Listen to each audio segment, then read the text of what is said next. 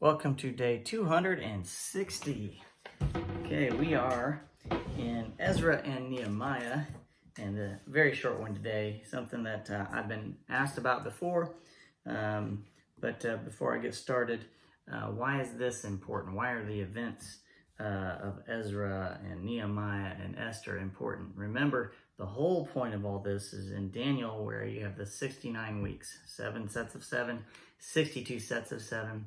That's 69 weeks where Jerusalem will lie in waste, and in time it'll be rebuilt in times of turmoil, and the exiles are still in exile, and they're told they can return, but they don't, and causing rifts. And as we read in today's stuff, we've learned that they've intermarried with the Hittites and the Amalekites and the Canaanites, Hittites, Perizzites, Jebusites, Ammonites, Moabites, all those people at the beginning that they were supposed to annihilate when they came back into the land of Canaan.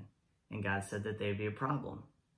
And yet they still are, and they didn't annihilate them.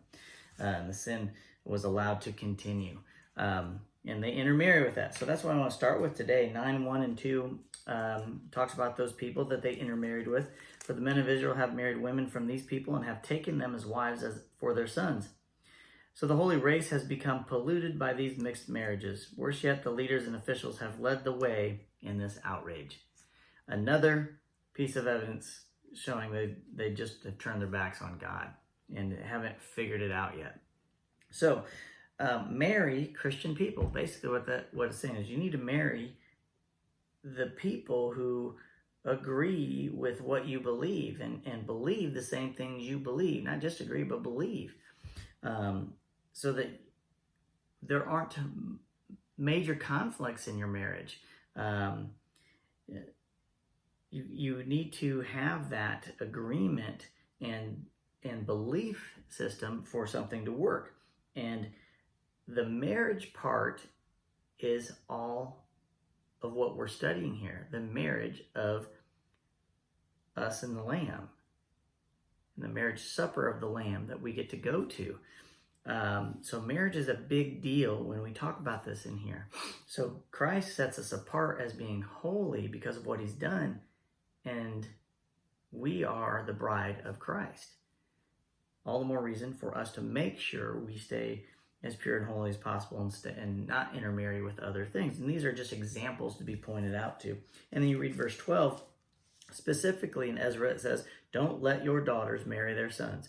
Don't take their daughters as wives for your sons. Don't ever promote the peace and prosperity of those nations. Doesn't matter how successful they are. Don't promote it. If you follow these instructions, you will be strong and will enjoy the good things the land produces. And you will leave this prosperity to your children forever. That's an awesome thing. And then we get into Nehemiah, the last thing. Nehemiah 2, that's the story where he goes to the king, to Artaxerxes, and says, hey, well, first of all, Artaxerxes, he didn't go to the king. He's the cupbearer. And Artaxerxes notices that he is distraught because he hears news that the city is just still in ruins, even though that they've been going back and rebuilding the temple. And the king, again, Xerxes, Queen Esther, and then now you have Artaxerxes, and there's this sentiment towards the Jews. And Artaxerxes says, yeah, take whatever you need. As a matter of fact, here's some letters saying it's okay. And take all this gold and all this silver and everything and do all of this. And if you need anything else, you ask me. So there's this wonderful sentiment for the Jews to come back, but yet they still don't take everybody. Not everybody wants to go. They've not been born there. It's a desolate place. They don't want to go back there. So they continually rebel against the Lord. You have to keep that in mind. That's all part of Daniel and the vision of what's happening to the Jews all the way up to the time where the anointed one will be cut off, appearing to have accomplished nothing. That's all part of the prophecy. So continue to read this with God's view on what's going on in history. Don't just read that page and be like, oh, that's interesting. There's an overwhelming look to this that God is watching and he knows what's going on. Don't just look at your own little world in your own little town. You need to look at the world from God's point of view. And when you do that, you realize God is in total control, even though there's just chaos and wars going on everywhere. That was all part of his plan. He didn't want it, but that was part of his plan. And that's a different story.